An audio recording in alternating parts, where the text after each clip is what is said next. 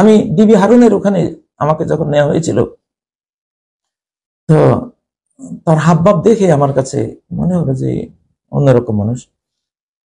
আমি বলেছিলাম, আমরা কিন্তু সর্ষার সাথে কথা বলি,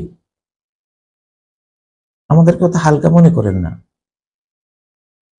এ কথা শুনে লোকটা বলল, মানে মারার কথা বললো আমাকে, সর্ষার সাথে কথা বলা যায়? আরে তুমি যত প্রেয়ার দাও সবই তো সর্ষার সাথে কথা বলছো, আর যত তেলাওয়াত করো ষষ্ঠ তোমার সাথে কথা বলছে। অনাহানু আকরাবু ইলাইহি মিন হাবলিল ওয়ারিদ, তিনি তোমার জীবন শিরারও কাছে। আমার স্ত্রী তো আমার এত কাছে না, আমার সন্তানও তো আমার এত কাছে না, কেউ তো আমার এত কাছে না।